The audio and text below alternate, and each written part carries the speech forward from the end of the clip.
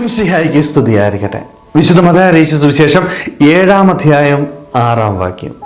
വിശുദ്ധമായത് നായ്ക്കൾക്ക് കൊടുക്കരുത്, നിങ്ങളുടെ മുത്തുകൾ പന്നികൾക്ക് ഇട്ടുകൊടുക്കരുത്.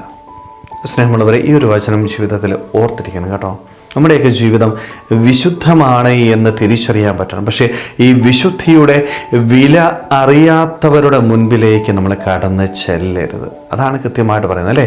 വിശുദ്ധമായത് നായ്ക്കൾക്ക് കൊടുക്കരുത്, നിങ്ങളുടെ മുത്തുകൾ പന്നികൾക്ക് ഇട്ട് കൊടുക്കരുത്. കാരണം ഇതിന് വില അറിയത്തില്ല. നായ്ക്കൾക്കോ ആ പന്നികൾക്കോ അതിൻ്റെ വില എന്താണ് എന്ന് അറിയില്ല. അത് നമ്മുടെ ജീവിതത്തിൽ എപ്പോഴും ഓർക്കണം. കാരണം ഓരോ ക്രൈസ്തവനെയും സംബന്ധിച്ചും അവൻ്റെ ജീവിതം എന്ന് പറയുന്നത് വിശുദ്ധമായ ജീവിതം. മാമോദീസായിലൂടെ ദൈവത്തിൻ്റെ മകനായിട്ട് മകളായിട്ട് നമ്മൾ ജനിക്കുമ്പോൾ നമ്മുടെയൊക്കെ ജീവിതത്തിൽ ഒരു വിശുദ്ധിയുണ്ട്. പക്ഷേ നമ്മൾ എന്താ ചെയ്യുന്നത്?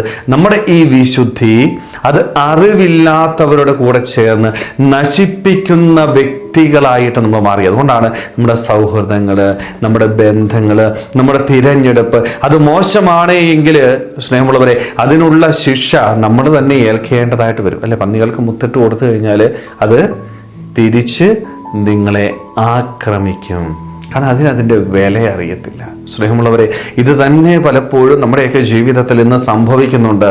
നമ്മൾ തിരഞ്ഞെടുക്കുന്ന പല സൗഹൃദങ്ങളും തെറ്റായിട്ട് പോകുമ്പോൾ ജീവിതത്തിൽ വേദനയോടുകൂടി നീറി കഴിയേണ്ട സാഹചര്യങ്ങൾ നമുക്കുണ്ടാകുന്നുണ്ട്. നമ്മൾ ജീവിതത്തിൻ്റെ വിശുദ്ധി നഷ്ടപ്പെട്ടുകൊണ്ട് പാപത്തിൻ്റെ പടുകുഴിയിലേക്ക് നമ്മൾ വീണു പോകുന്ന സാഹചര്യം. അതുകൊണ്ടാണ് വചനത്തിലൂടെ ഈശോ നമ്മളെ ഓർമ്മിപ്പിക്കുന്നത്, നീ തിരഞ്ഞെടുക്കുമ്പോൾ ആ തിരഞ്ഞെടുപ്പ് നല്ലതായിരിക്കണം.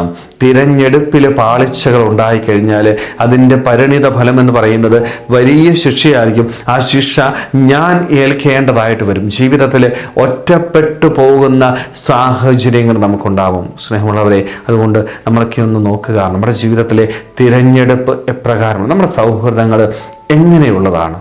എൻ്റെ വിശുദ്ധി നഷ്ടപ്പെടുത്തുന്ന സൗഹൃദങ്ങളാണെന്നുണ്ടെങ്കിൽ പൂർണ്ണമായിട്ട് ഉപേക്ഷിക്കണം. എന്നെ ദൈവത്തിൽ നിന്ന് അകറ്റുന്ന ഒരു സുഹൃത്ത് എനിക്കുണ്ടെങ്കിൽ പൂർണ്ണമായിട്ട് നോ പറഞ്ഞ് അവരെ മാറ്റി നിർത്താനായിട്ട് എനിക്ക് സാധിക്കണം. കാരണം അവരോട് ഞാൻ ചേർന്നിരുന്നാൽ ഞാൻ അകന്നു പോകുന്ന ഒരു വ്യക്തി ആരാണ്? ദൈവത്തിൽ നിന്ന് അകലുക.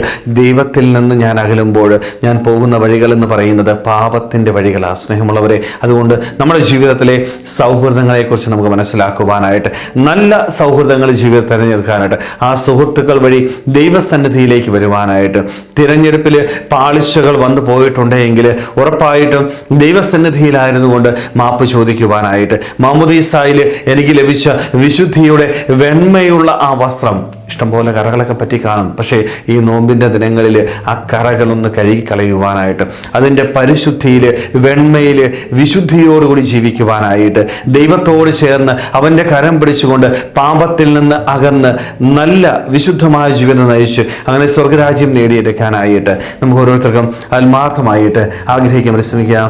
ദൈവം നമ്മളെല്ലാവരെയും സമൃദ്ധമായിട്ട് അനുഗ്രഹിക്കട്ടെ. ആമേൻ.